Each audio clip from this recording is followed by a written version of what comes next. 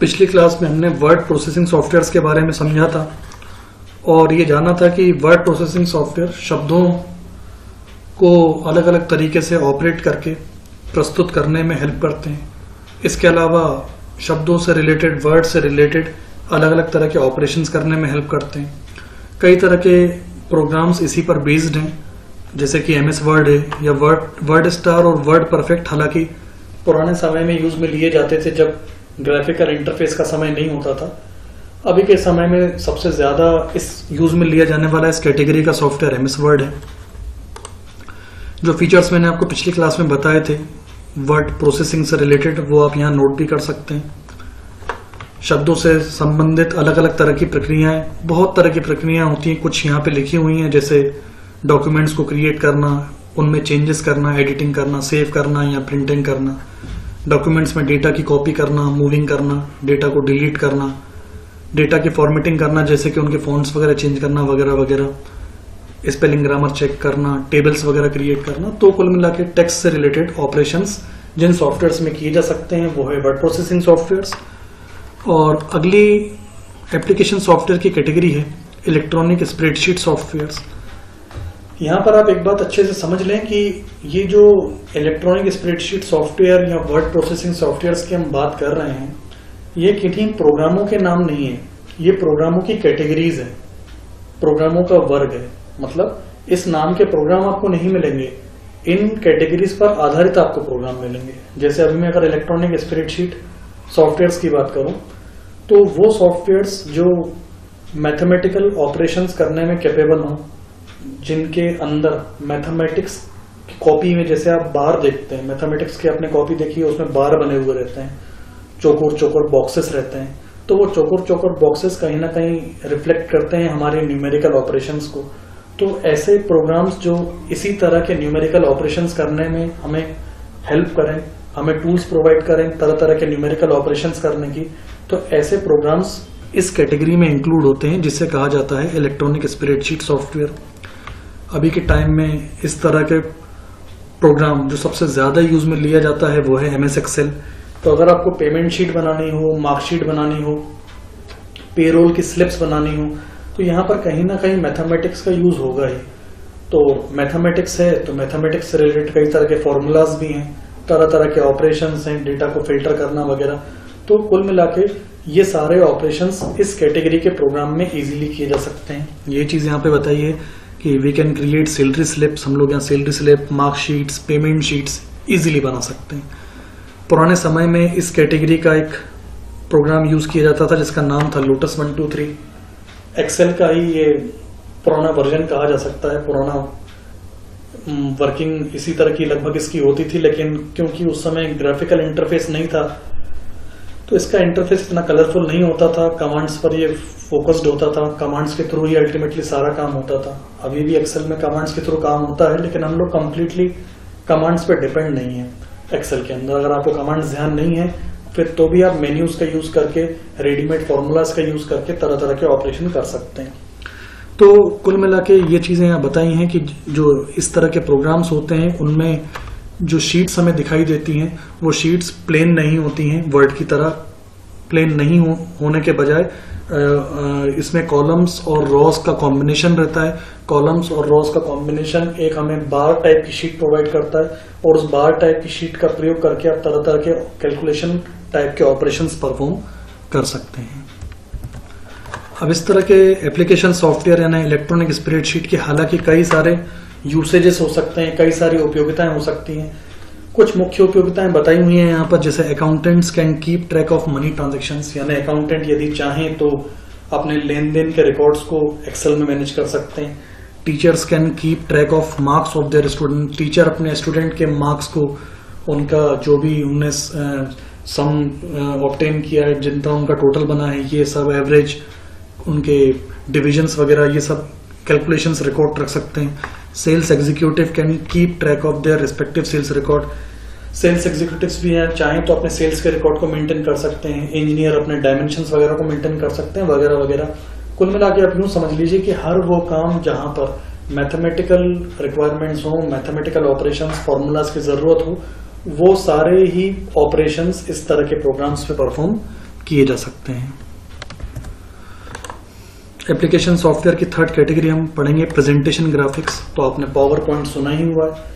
Power point की सहायता से आप तरह तरह की स्लाइड्स बनाते हैं और उन स्लाइड्स को बनाने का एक कॉमन सा पर्पस होता है कि हम किसी चीज की प्रस्तुति देना चाहते हैं, किसी टॉपिक के बारे में समझाना चाहते हैं, किसी विषय वस्तु को आधार मानते हुए अगर हम कुछ एक्सप्लेनेशन करना चाहते हैं तो मौखिक रूप से बोलने के साथ साथ यदि हम इस तरह की स्लाइड्स बना लें तो वो प्रेजेंटेशन बहुत ज़्यादा इफेक्टिव होगी, लोगों को बहुत अच्छे तरीके से समझ में आएगी।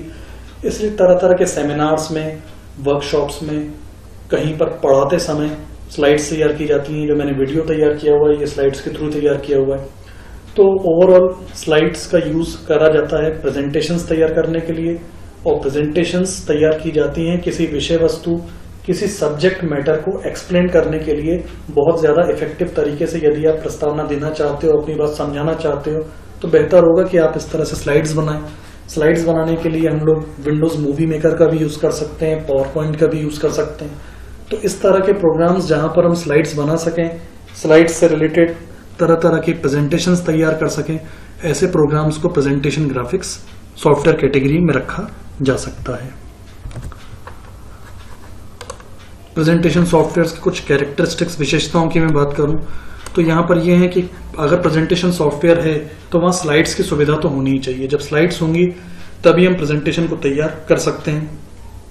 अब स्लाइड्स कई सारी होंगी तो हर स्लाइड को अलग अलग बनाने के बजाय हम उन स्लाइड्स को एक कॉमन फॉर्मेट में रख देते हैं ताकि स्लाइड्स का डिजाइन अलग अलग नहीं भागे। अब आप यूं सोच लीजिए कि मान लीजिए 100 स्लाइड्स हैं, 100 का कलर अलग अलग हो, 100 का डिजाइन अलग हो, थोड़ा अजीब लगेगा।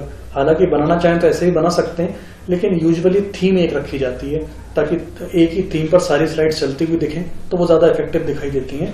तो हर स्लाइड को हमें बार बार डिजाइन करने की जरूरत ना पड़े, इसलिए स्लाइड मास्टर बना दिया जाता है। स्लाइड मास्टर बनाने से होता ये है कि एक ही फॉन्ट साइज पूरी स्लाइड्स पर चलता रहता है, बार बार आपको फॉर्मेटिंग करने की जरूरत नहीं पड़ती है। इससे फायदा ये होता है कि बहुत ज्यादा स्लाइड्स हम कम से कम समय में तैयार कर सकते हैं और बार बार फॉर्मेटिंग करने से, बार बार बैकग्राउंड सेट करने से बच सकते हैं। अगर आप स्लाइड मास्टर के थ्रू बनाते हैं तो याद रखिए पूरी स्लाइड्स एक ही थीम पर आधारित होंगी, अलग अलग तरफ नहीं भागेंगी। ट्रांजिशंस मतलब जब एक स्लाइड जाती है दूसरी स्लाइड आती है तो उसके आने का जो तरीका होगा वो तरीका ऊपर से स्लाइड आ रही है या नीचे से आ रही है या रोटेट होते हुए आ रही है, ये अलग अलग तरह के इफेक्ट्स आप स्लाइड के आगमन पर यानी स्लाइड्स के आने पर डाल सकते हैं और इसी तरह के स्लाइड इफेक्ट्स को ट्रांजिशंस कहा जाता है। तो ये फीचर भी कहीं ना कहीं प्रेजेंटेशन सॉफ्टवेयर में होना ही चाहिए, जो कि पावर पॉइंट में खैर है ही। इसके अलावा स्लाइड नोट्स, अब जो चीजें स्लाइड में बताई जा रही है जरूरी नहीं है कि हम हर चीज को लिखें वहां पर। मतलब स्लाइड वो है जो ऑडियंस के सामने दिखाई देती है। अब उस स्लाइड से रिलेटेड अगर आप कुछ लिखित जानकारी आपकी याददाश्त के लिए रखना चाहते हो तो अगर आप स्लाइड पे रखेंगे तो वो ऑडियंस को भी दिखेगी, लेकिन हो सकता है कि आप वो कंटेंट्स ऑडियंस को दिखाना ना चाहते हो, केवल आप अपने ही जानकारी के लिए वो नोट्स रखना चाहते हो, तो ये फीचर स्लाइड नोट्स कहलाता है। तो स्लाइड नोट्स की फीचर का यूज करके आप हर एक स्लाइड के नोट्स उसी स्लाइड के नीचे की ओर रख सकते हैं। जरूरत पड़ने पर आप उन्हें देख सकते हैं, चाहे तो फिर यूजर को भी दिखा सकते हैं, लेकिन आमतौर पे स्लाइड के नोट्स यूजर को दिखाई देते नहीं हैं। तो कुछ कैरेक्टरिस्टिक्स हैं ये जो कि प्रेजेंटेशन सॉफ्टवेयर्स में होना ही चाहिए और जो कि पावर पॉइंट में हैं ही अवेलेबल। इसके अलावा भी कई सारे कैरेक्टरिस्टिक्स हैं जो पावर पॉइंट में अवेलेबल हैं और जिनका यूज हम प्रेजेंटेशन बनाते समय कर सकते हैं।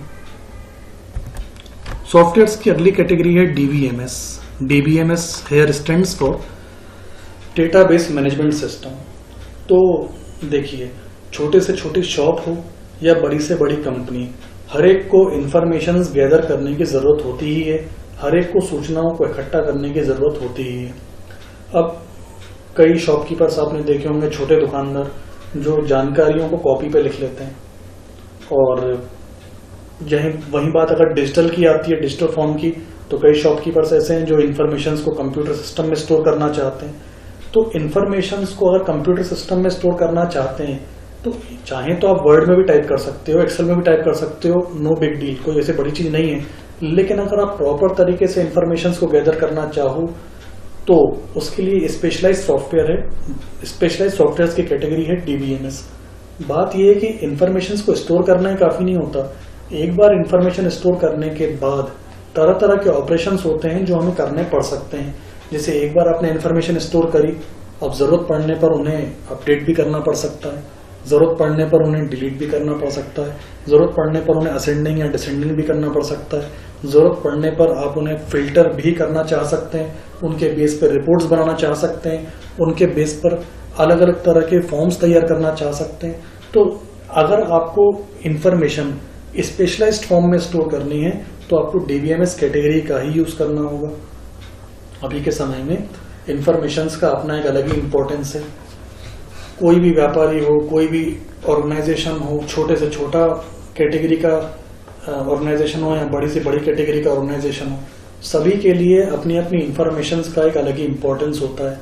तो इंफॉर्मेशन एक बार स्टोर करने के बाद तरह तरह के ऑपरेशन उन पे इजीली किए जा सकें, तो उसके लिए डीबीएमएस कैटेगरी बहुत ज्यादा हेल्पफुल होती है।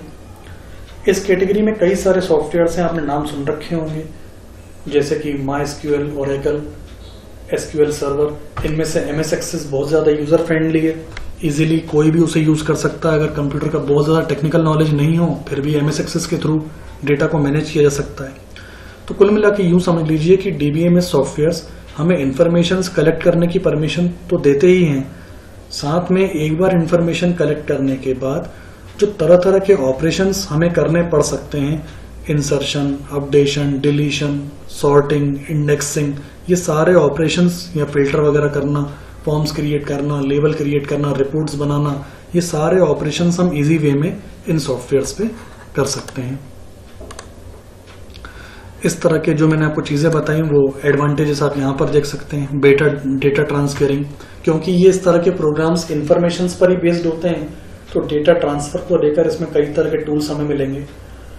डेटा सिक्योरिटी, डेटा को लेके अब जैसे हम ओरेकल की बात करें तो ओरेकल बहुत ज्यादा सिक्योर्ड प्लेटफॉर्म है डेटा के लिहाज से।